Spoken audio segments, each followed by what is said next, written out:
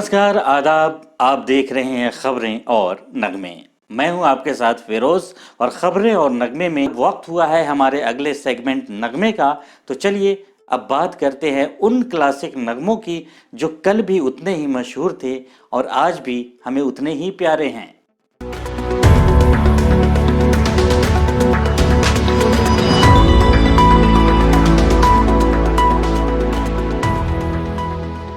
तो नगमे में एक बार फिर आप तमाम नाजरीन का स्वागत करते हुए, इस्तकबाल करते हुए आगे बढ़ते हैं और बात करते हैं 1950 के दौर की एक नगमे की।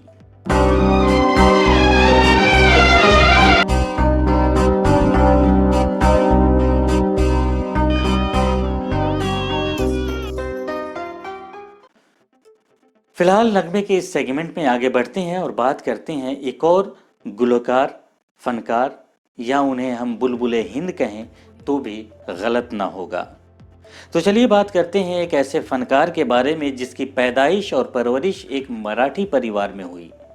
तो जाहिर है उनकी मातृ जबान, उनकी मातृभाषा मराठी ही होगी, मगर उर्दू जबान पर इतनी अच्छी पकड़ वो कैसे रखती हैं अपने नगमों और गज़लों में, इसी सवाल का जवाब ढूंढेंगे इस खूबसूरत नगमे के सेगमेंट में। दरअसल बात है 1948 की, जब लता मंगेशकर अनिल बिस्वास साहब के साथ एक ट्रेन में सफ़र कर रही थी। उसी ट्रेन में शहंशाह जज्बात यानी दिलीप कुमार साहब भी सफ़र कर रहे थे। उसी सफ़र के दौरान अनिल बिस्वास ने लता का तारुफ दिलीप साहब से कराया और कहा कि ये नई लड़की है, मगर यकीनन आपको इसकी आवाज़ पसंद आएगी। दिलीप साहब ने लता के नगमे को सुना। इस दौरान अनिल बिस्वास ने कहा कि यह मराठी लड़की है तो थोड़ा सा लहजे में कुछ कमियां हो सकती हैं, पर ठीक किया जा सकता है। लता की आवाज़ सुनने के बाद दिलीप साहब ने लता को तलकीन की कि आप उर्दू ज़बान सीखें, क्योंकि आपका तलफ़ुज़ कहीं कहीं दुरुस्त नहीं है, इसलिए आपके गाने में दाल भात की बू आती है। लता को दिलीप साहब की इस सख्त रद्द अमल से तकलीफ तो बहुत पहुंची, लेकिन उन्होंने इस सख्त लहजे में छुपी दिलीप साहब की उर्दू ज़बान सीखने की नसीहत को तर्क नहीं किया और गांठ बांध ली कि अब उर्दू ज़बान सीख कर ही रहूंगी। और उन्होंने पूरा वाकया मोहम्मद शफ़ी नामी एक शख्स को बताया जिन्हें वो पहले से जानती थी, जो उर्दू ज़बान के भी जानकार थे और वो अनिल बिस्वास साहब को भी अच्छी तरह से जानते थे। लता जी के कहने पर ही मोहम्मद शफ़ी ने एक काबिल उर्दू टीचर का इंतज़ाम लता जी के लिए किया, ताकि लता जी उर्दू ज़बान और उसके तलफ़ुज़ को सीख सकें। चुनांचे महबूब नामी एक शख्स लता के उर्दू के उस्ताद मुकर्रर हुए और कुछ अरसे तक लता ने उन्हीं से उर्दू ज़बान सीखी।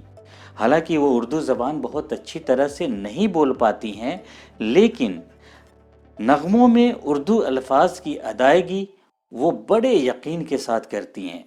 लता जी की उर्दू ज़बान से वाबस्तगी की तारीफ उस अहद में नरगिस की माँ जद्दन बाई ने भी की थी। लता जी उसी वाक़े का जिक्र करते हुए बताती हैं, एक बार वो फिल्म महल के एक नगमे की रिकॉर्डिंग के लिए स्टूडियो गई थीं, जिसके बोल थे आएगा आने वाला।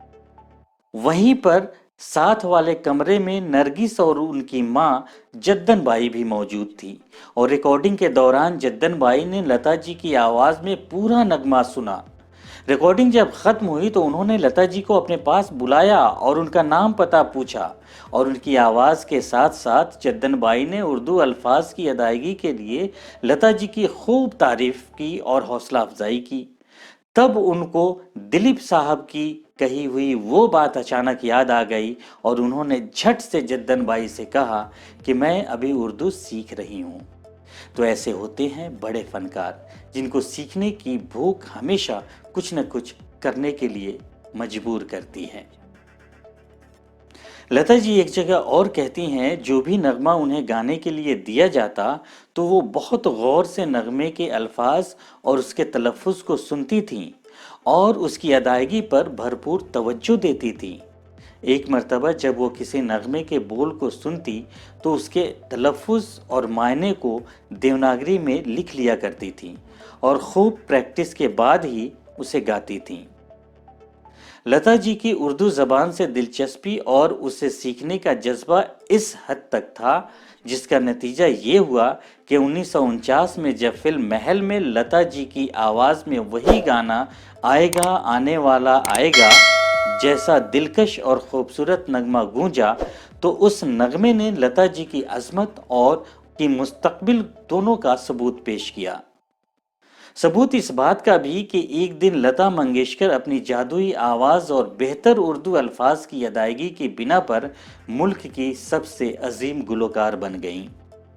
तो कोई भी फनकार बहुत ही आसानी से शोहरत की बुलंदियों पर नहीं पहुंचता, उसके लिए उन्हें कड़ी मेहनत और जद्दोजहद करनी पड़ती है।